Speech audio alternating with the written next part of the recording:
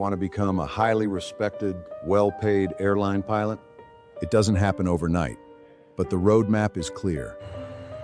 Here is the multi-phases journey to the left seat. Phase 1, initial flight training.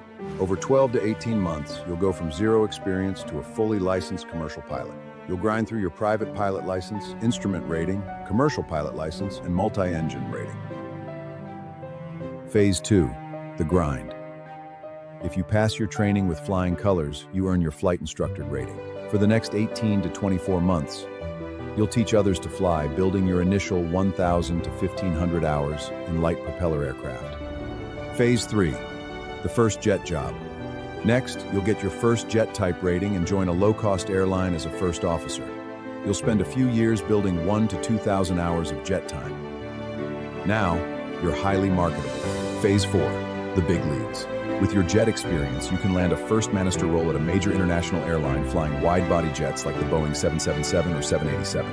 After 4 to 5 years of flying heavy metal across the globe, it's time for the ultimate upgrade, Captain. Once you upgrade to Captain, your career stabilizes and your salary peaks. By the time you retire at age 60 to 65, you'll have traveled the world, earned millions of dollars, and had the best office view on the planet. Ready for takeoff?